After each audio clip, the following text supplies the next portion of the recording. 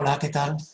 Aquí estamos de nuevo para explicar el capítulo 5 de este manual Llamados a la Unidad, Teología Ecuménica, de Goiret Blanco, y que, como pueden ver, se titula La comunión de la Iglesia. Aquí vemos a Jesús reunido en torno a la Eucaristía, con todos aquellos que representan a los cristianos y las cristianas, ¿no? Y como el elemento cohesionador es precisamente esa Eucaristía y esa convocación por parte de Jesús. Bien, pues vamos a ir viendo en qué consiste esta comunión de la Iglesia. Y para ello hace falta una premisa y es ver que hay que diferenciar claramente entre lo esencial y lo secundario.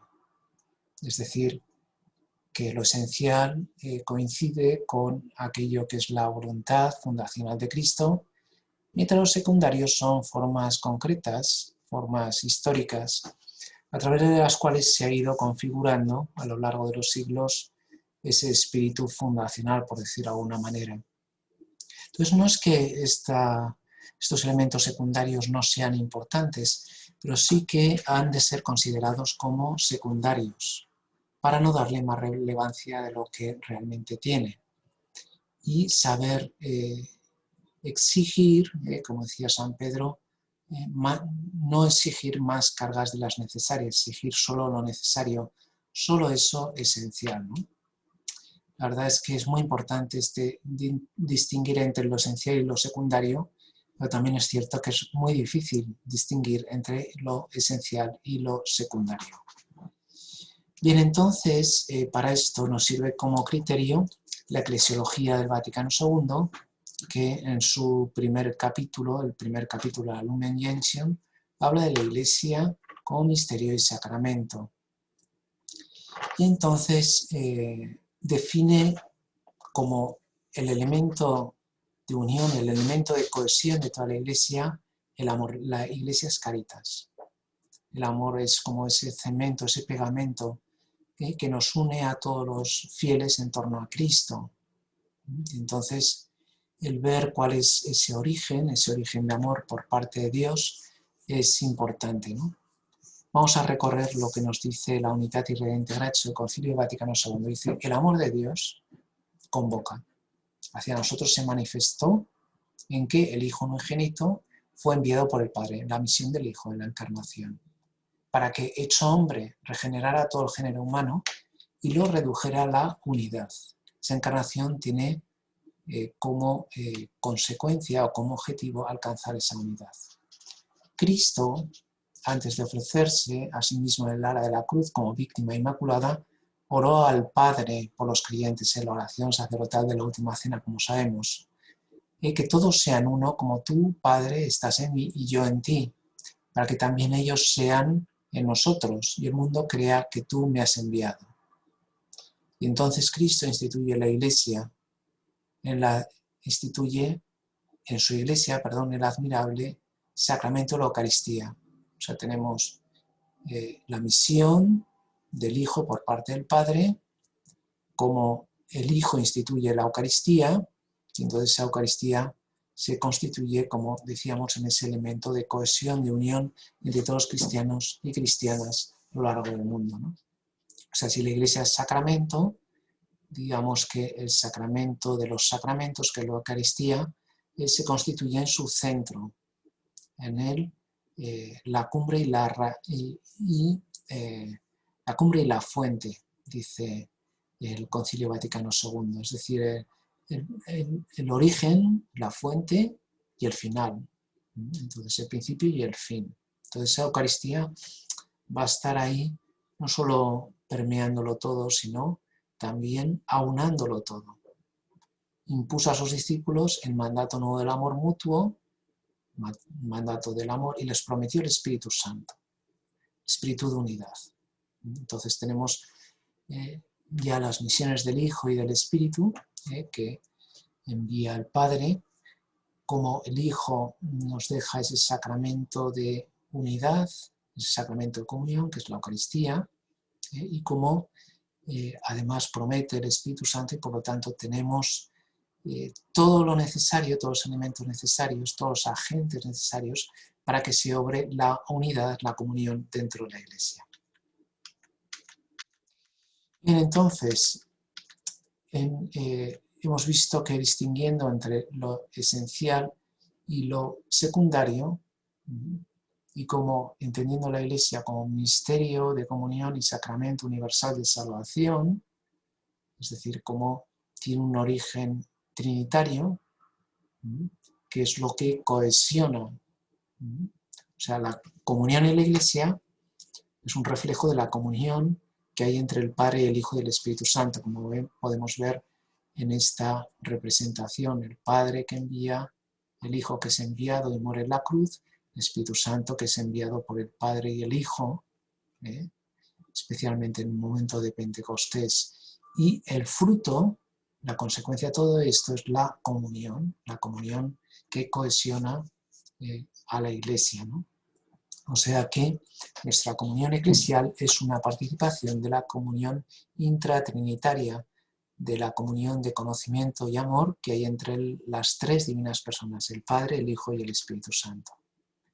Y por lo tanto, siguiendo aquí la comunión es notio número 3, tenemos una comunión vertical que nos une con el origen y después una horizontal que nos une a los cristianos y las cristianas entre nosotros. Es como la cruz, que tiene esos dos brazos, el vertical, porque la Iglesia es comunión de los hombres y las mujeres con Dios, y después horizontal, y es también la Iglesia comunión entre los cristianos y las cristianas, ¿no? Ahí tenemos como los dos componentes, las dos dimensiones. Bien, y por lo tanto este concepto de comunión, que aparece sobre todo en los textos de San Juan, que viene a ser un poco la stickford, ¿no? la palabra clave, el password, para reconocer la eclesiología del Vaticano II, es un concepto bíblico, no es un concepto puramente sociológico, que se alcanza pues a fuerza de fuerza o a base de negociación o por medio de pactos. No, es un concepto que tiene su origen en Dios, con el cual a imagen y semejanza de la misma Trinidad, Jesucristo funda esa Iglesia y que por lo tanto tiene ese trasfondo estrictamente sobrenatural. No se trata simplemente de una mera fraternidad humana o una pura filantropía, sino que es un don, el don de la unidad otorgado por el Espíritu y que viene a reflejar esa unidad entre las distintas personas. Por eso la Iglesia, en primer lugar, en esa dimensión vertical, será Ecclesia de Trinitate. Es decir, la Iglesia se constituye como pueblo de Dios Padre, cuerpo de Cristo y templo del Espíritu Santo, tal como explica el capítulo primero de la Lumen Gentium. Es decir, tiene su origen en la Trinidad y proyecta esas tres dimensiones que nos permiten la comunión con cada una de las divinas personas por medio de la Iglesia. O sea, la Iglesia tiene origen en la Trinidad y por medio de esa Iglesia volvemos a la Trinidad. Bien, entonces el Espíritu es el Espíritu de unidad, hemos dicho, es quien fue capaz de crear a partir de la diversidad un tanto caótica de Babel, como explican los padres, y la verdad es que la tipología, la variedad que tenemos entre los apóstoles es bastante diversa, ¿no? Y sin embargo se obra la unidad entre ellos, ¿no? A pesar de que pues Pedro tiene poco que ver con Juan o con Mateo o con Santiago, sin embargo son capaces de trabajar juntos porque viven de ese espíritu de comunión que viene a través del espíritu con mayúscula, ¿no?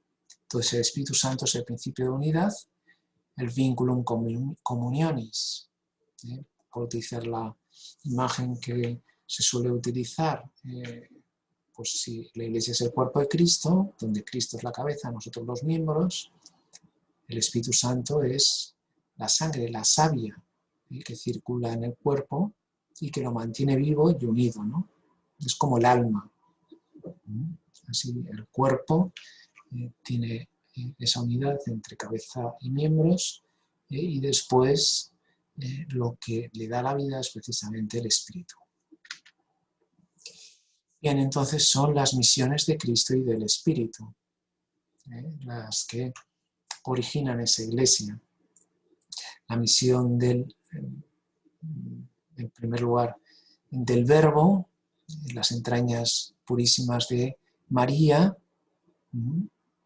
que se convierte en Jesucristo. Entonces, con ese envío del Hijo, en el momento de la encarnación, y con el envío del Espíritu Santo, en el momento sobre todo de Pentecostés, aunque no solo de Pentecostés, también en la encarnación, lógicamente, y en el momento del bautismo del Señor, etcétera, etcétera, pues a través de esos envíos del Hijo y del Espíritu, se constituye la Iglesia, ¿no? Por seguir la imagen que establece San Ireneo, que dice que Dios Padre creó el mundo con los brazos del Hijo y del Espíritu. Podríamos decir que la Iglesia fue formada con el envío del Hijo y del Espíritu. Y por lo tanto, cuando hablamos de Iglesia, tenemos que hablar tanto de una dimensión cristológica como neumatológica, tanto de Cristo y del Espíritu íntimamente unidos, porque son inseparables, puesto que el Espíritu Santo no solo es el Espíritu del Padre, es también el Espíritu de Cristo.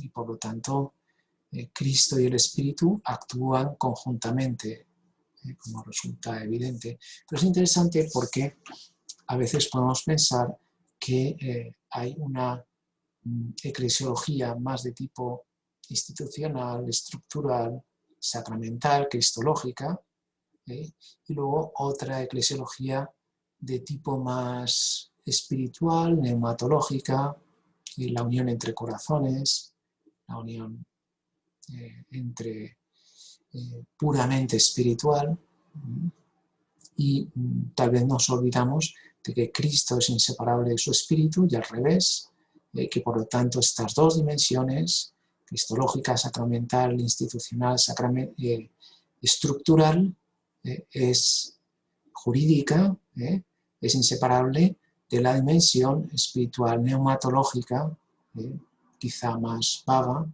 pero importante, puesto que el espíritu es lo que aúna las estructuras, ¿no? Y lo que necesita, así como el cuerpo está inseparablemente unido al alma, o los distintos órganos necesitan de ese flujo continuo de la sangre para que tenga vitalidad, tenga vida, pues así estas dos dimensiones, cristológica y neumatológica, deben estar perfectamente unidas. Bien, siguiendo con esto, vamos a hablar ahora no tanto del misterio, sino del ministerio al servicio de la unidad. Es decir, Jesucristo instituye el ministerio apostólico para que se pueda obrar la unidad. Ahí podemos ver al Papa, ¿no? Ministerio de unidad. También los obispos tienen esa función de unir. Por supuesto, los presbíteros y los diáconos. Ese ministerio eclesial, ese ministerio sacerdotal en sus tres grados, el diaconado, presbiterado, episcopado, están al servicio de la unidad, están para unir. Y por eso, al ejercitar los triamunera, los tres oficios de enseñar, gobernar y santificar, lo que están haciendo es construir esa unidad. Suelo contar siempre en broma y en serio aquella pintada que se encontró un párroco una mañana al lado de la casa rectoral, de la casa parroquial donde vivía, ¿no? Se encontró una pintada que decía: a los que no rezan, Dios les castiga con reuniones. O sea, a veces pensamos que la unidad de la Iglesia se obra a base de reuniones. Y nos olvidamos de que hay un principio espiritual, que es lo que nos une a todos. O que lo que realmente hace la Iglesia es la Eucaristía. ¿Qué es la Iglesia? La convocación, la llamada. Y esa llamada es para reunirse en torno a la palabra, al cuerpo y la sangre de Cristo. No es simplemente un club de amigos, una ONG, o algo que construimos nosotros mismos con nuestras buenas acciones o nuestras buenas intenciones. Es una unidad que da el Espíritu, es una unidad que construye el mismo Cristo. Por lo tanto, el conservar ese núcleo, digamos, íntimo, sacramental, sobrenatural, teologal de la Iglesia va a ser importante. Pero ese principio sobrenatural se continúa a través de una estructura humana o una estructura sacramental, es decir, material y espiritual al mismo tiempo, que es la sucesión apostólica. Como sabemos, aparece en Unitatis Reintegratio 22, donde se dice, bueno, la acción de Dios viene a través de una cadena ininterrumpida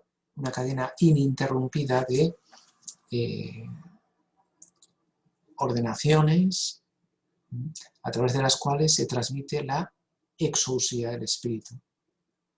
Es decir, la verdadera doctrina, el verdadero culto, el verdadero pastoreo del pueblo de Dios se transmite a través de los apóstoles y sus sucesores. Entonces, en esa continua cadena está, digamos, la clave de esa unidad de la Iglesia como misterio y como sacramento.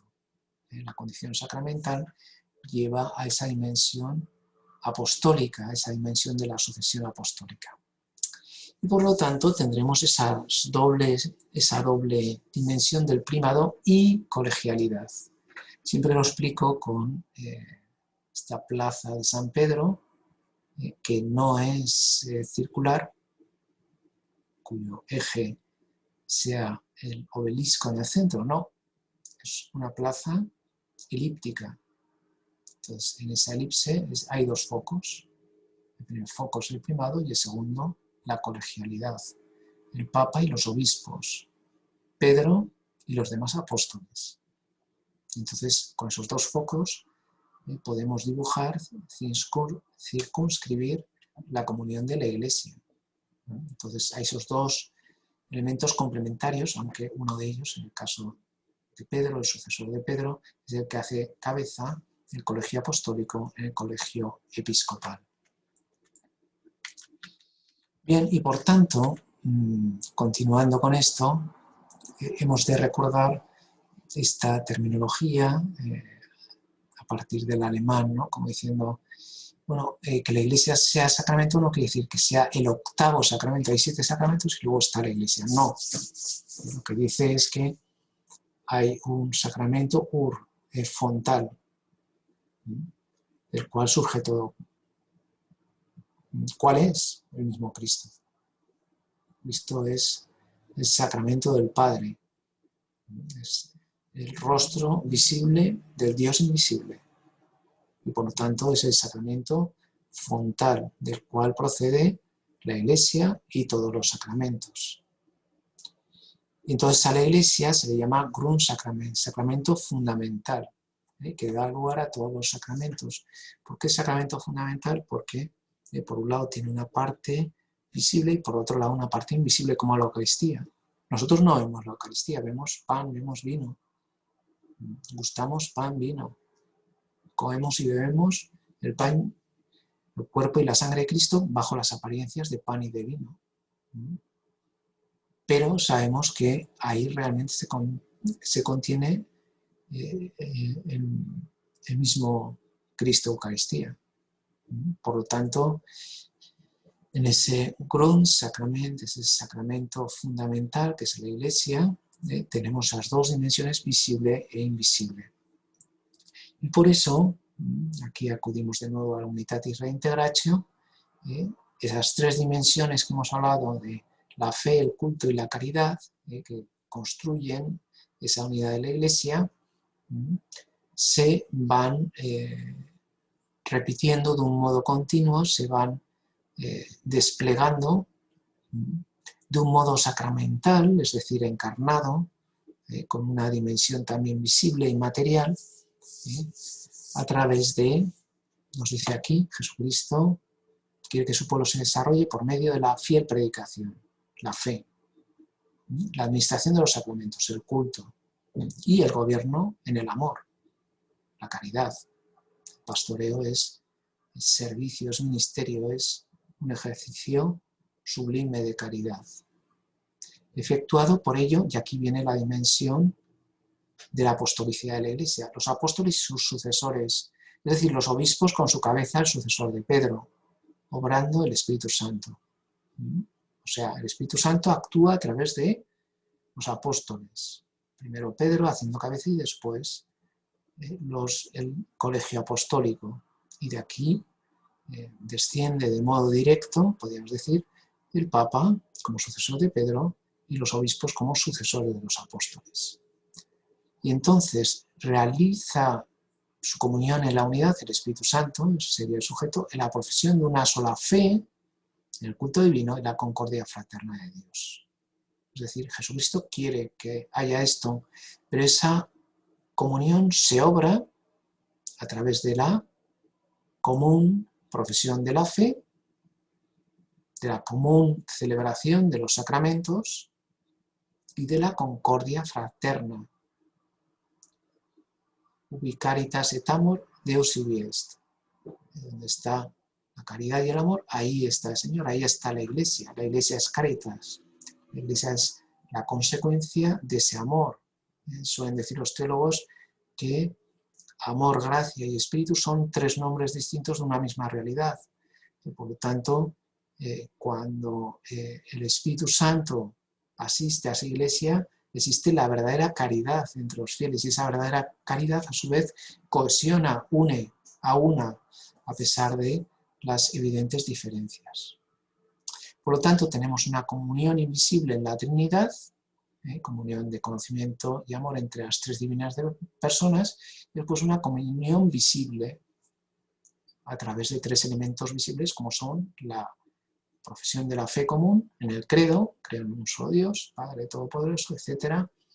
La celebración de los sacramentos, que también es visible, y también ese gobierno, ese pastoreo en el amor del pueblo de Dios, por medio de los ministros, también es un elemento visible. Los ministros, los pastores, los obispos, el Papa, los sacerdotes, los diáconos, somos perfectamente visibles y ahí se puede reconocer la verdadera unidad de la Iglesia. Bien, entonces, para ir cerrando la argumentación que presenta el Concilio Vaticano II a través de la Unitatis Redintegratio, tendríamos que hablar de la apostolicidad de la Eucaristía, de cómo, primero la centralidad de la Eucaristía, es decir, cómo la Iglesia vive la Eucaristía, como decía San Juan Pablo II, tomando una frase de Henri de Libac, que la Iglesia hace la Eucaristía, no la hacen las reuniones, o el consenso, o las votaciones, o las discusiones, la hace la celebración de la Eucaristía, por eso es tan importante, ¿no? La Iglesia hace la Eucaristía hace la Iglesia. Es la Eucaristía quien construye realmente esa comunión eclesial. Y por lo tanto tendríamos como dos dimensiones complementarias. La Iglesia, que es sacramento universal de salvación, como estamos viendo, empieza en un sacramento que es el bautismo, el cual nos convierte en miembros de Cristo, en hijos de Dios, en templos del Espíritu, en miembros vivos de la Iglesia. Ahí es donde empieza con un sacramento, el bautismo, y la Iglesia culmina, llega a su cenit, a su plenitud, a través de la celebración eucarística. Entonces tenemos una eclesiología que podríamos decir incipiente en el bautismo, que por ejemplo tienen todos los cristianos, también los protestantes, por supuesto. Una eclesiología en plenitud, que sería la Eucaristía, con aquellos que tienen la Eucaristía, como son los ortodoxos y los católicos. En el caso de los ortodoxos, faltaría ese último elemento de comunión, que es el primado del sucesor de Pedro, ¿no? Ese ministerio de la caridad que desarrolla el obispo de Roma. Pero digamos que vemos como esa gradación que veíamos, bueno, primero las iglesias protestantes, después las ortodoxas, luego las católicas, con todos los elementos de eclesialidad, salvación y santidad, pues se da también en esa eclesiología que es primero bautismal, después es eucarística y después como esa red de comunidades eucarísticas conducen a Roma, puesto que el origen de la Eucaristía y la apostolicidad de la Iglesia están íntimamente unidas. Bien, entonces lo que vemos es que la Eucaristía no solo el centro de la Iglesia universal, decíamos que la Iglesia es la red de comunidades eucarísticas, sino también de la Iglesia local. ¿Dónde está la Iglesia local? Visiblemente reconocido en el obispo, concelebrando con todo su presbiterio, con todos los sacerdotes, y después con todo el pueblo de Dios. La Iglesia es verdadera Iglesia en torno a la Eucaristía. La Iglesia local es verdadera Iglesia local en torno a la Eucaristía. Como decía San Ignacio de Antioquía, un obispo, un altar, una Eucaristía. Esos son los elementos, digamos, centrales, nucleares, y también los elementos de cohesión de la diócesis concreta y de toda la Iglesia universal. Bien, entonces, aquí entramos ya en la dinámica entre la unidad en la Iglesia, entre la Iglesia universal y las iglesias locales. La comunio ecclesiarum. Hemos de recordar que la Iglesia universal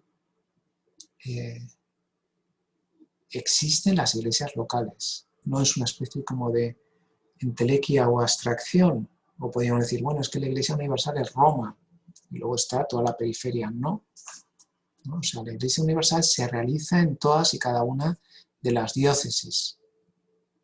Entonces, hay un entreveramiento entre la Iglesia universal y las iglesias locales o particulares.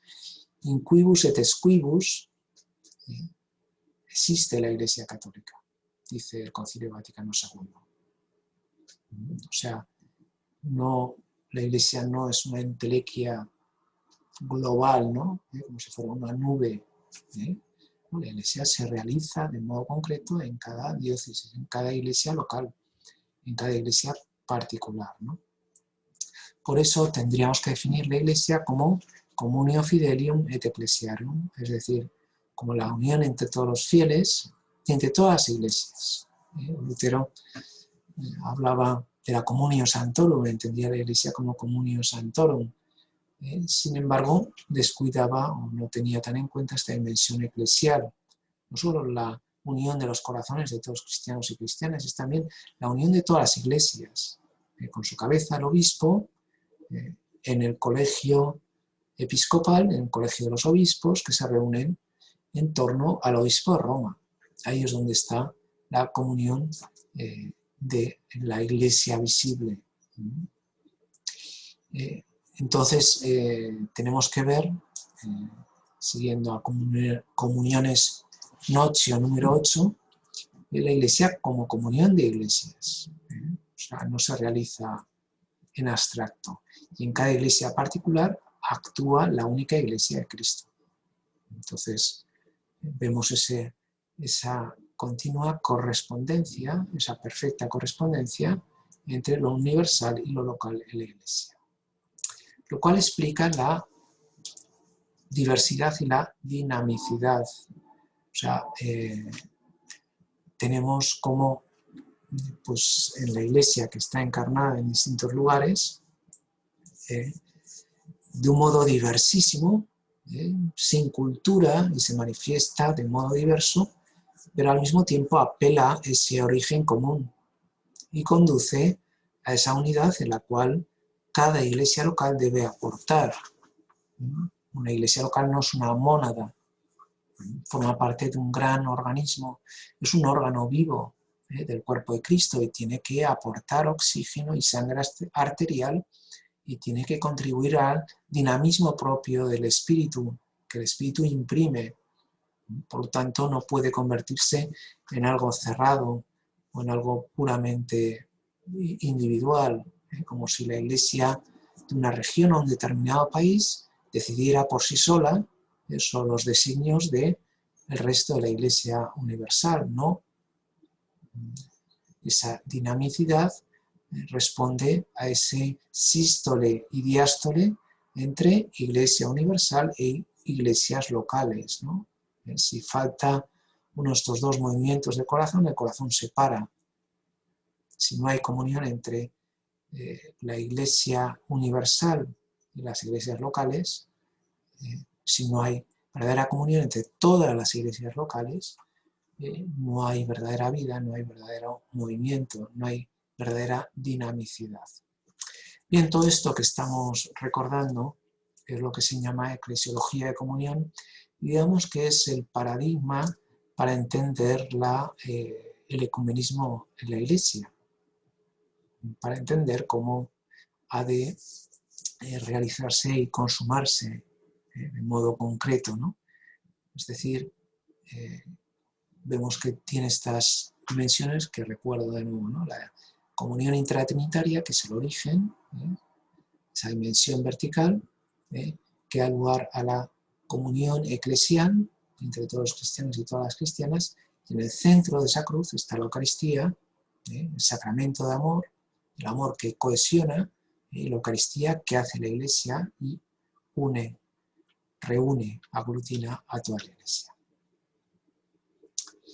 Bien, entonces tenemos que recordar, en cuarto lugar, la indefectibilidad de la Iglesia, es decir, que la verdadera Iglesia de Cristo subsiste en la Iglesia Católica, como hemos estado recordando y repitiendo, y como se dice Lumen Gentium 8 y Unitatis Reintegratio 4.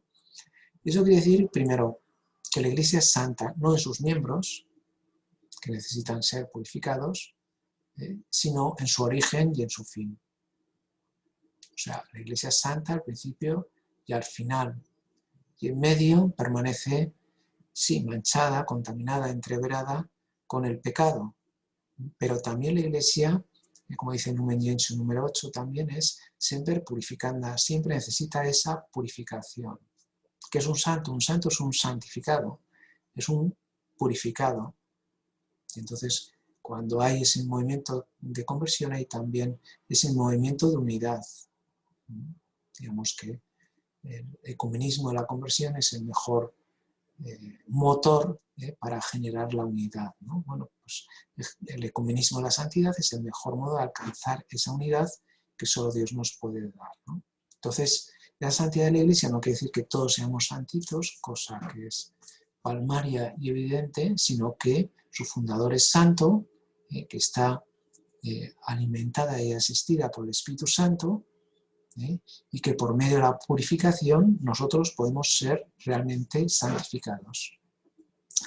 Y luego la infalibilidad, es decir, que Jesucristo ha prometido a su Iglesia que las puertas del infierno no prevalecerán contra ella.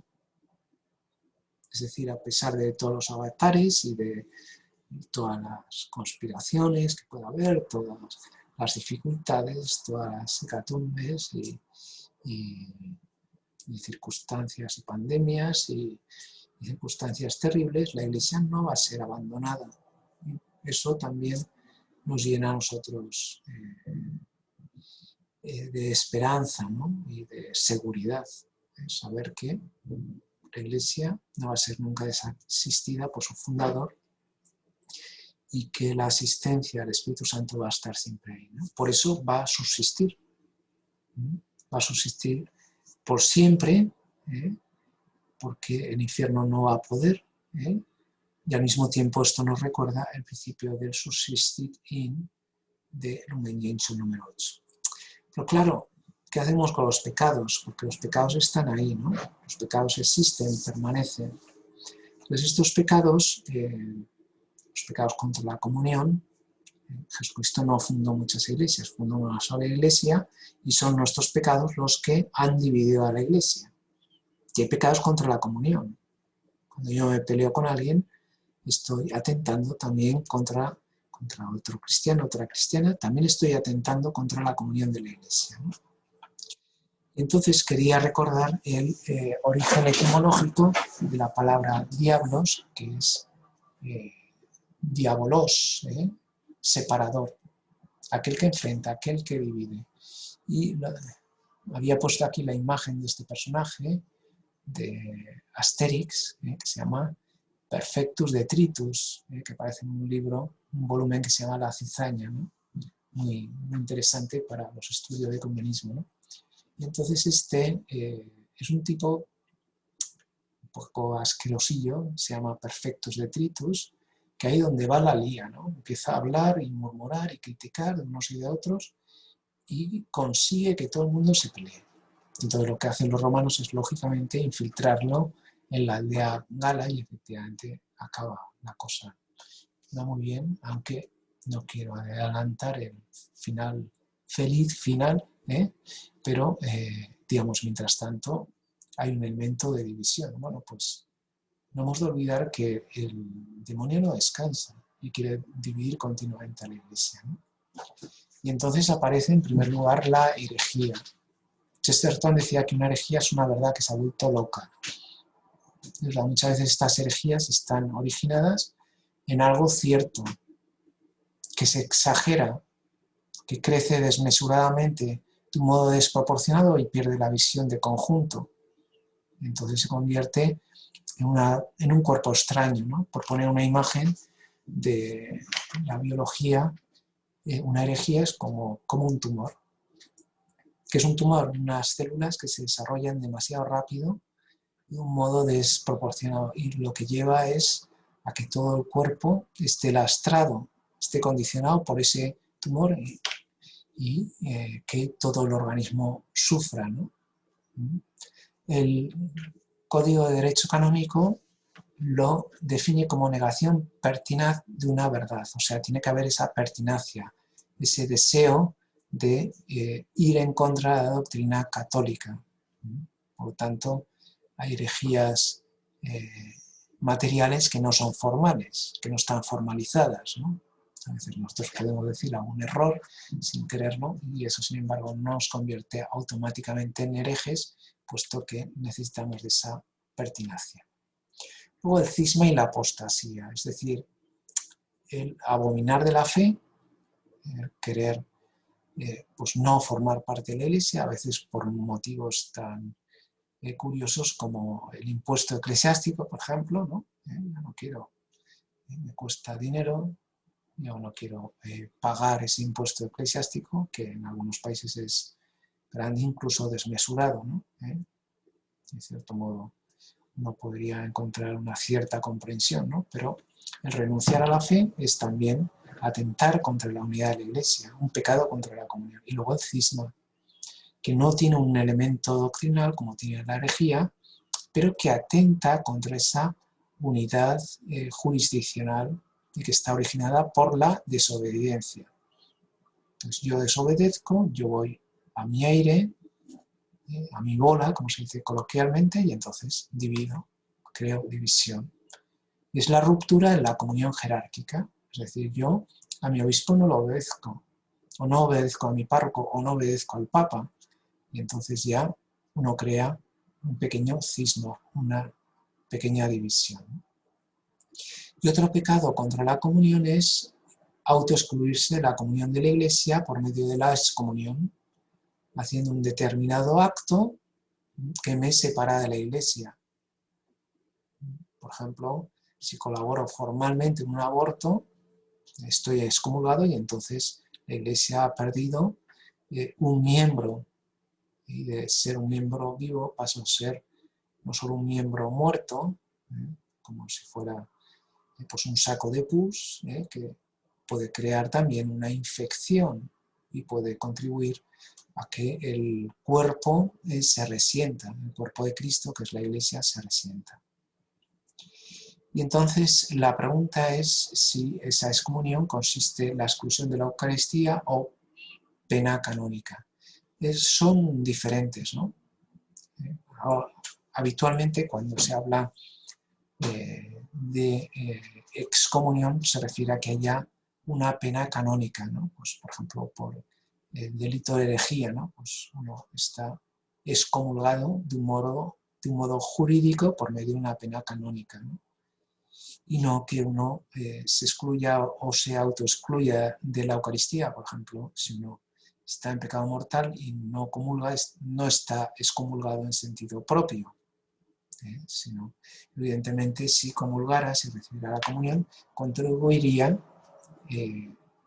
a la unidad de la Iglesia porque la Eucaristía hace la Iglesia, pero no está excomulgado desde el punto de vista jurídico, ¿no? Bien, y yo creo que esto es suficientemente claro. Y luego, lógicamente, también es un pecado contra la comunión de la Iglesia las sectas, que quiere decir sección, algo puramente sectorial, que se ha dividido y ha perdido la vida del conjunto. Y a veces, pues, el cisma que no se recompone se convierte en una secta, en algo dividido que se desarrolla de un modo autónomo y entonces genera un organismo distinto, pero que no necesariamente tiene que formar parte del cuerpo de Cristo, aunque posiblemente viene del cuerpo de Cristo, ¿no? Y ahí, por ejemplo, vendrían los actuales cults o nuevos movimientos religiosos, NMR, nuevos movimientos religiosos, ¿no? Donde, bueno, no solo se rompe con la comunión jerárquica, se separan de la Iglesia, incluso apelan a una estructura jurisdiccional paralela o contraria a la Iglesia, y entonces ahí quedaría muy bien el título de Cristo sí, Iglesia no. Que hay algunas sectas de origen cristiano que dicen Cristo sí, pero la Iglesia, la estructura, y no solo sectas, también comunidades eclesiales que confiesan a Cristo, pero no ven la necesidad de una Iglesia como sacramento universal de salvación, como algo instituido por Cristo para difundir la salvación, como el Cristo ampliado, como el Cristo continuado para traernos la salvación, ¿no? Entonces separan a Cristo de la Iglesia, ¿no? Nosotros entendemos Cristo sí, Iglesia también, la Iglesia entendida como cuerpo de Cristo, como esposa de Cristo, como sacramento de Cristo. Bien, y con esto hemos llegado al final. Espero que se haya entendido más o menos lo que queríamos decir en este tema. En cualquier caso, tenéis este manual de teología ecuménica, llamados a la unidad, en el cual podéis resolver las distintas dudas o preguntas que tengáis al respecto. Muchas gracias y mucho ánimo. Hasta luego.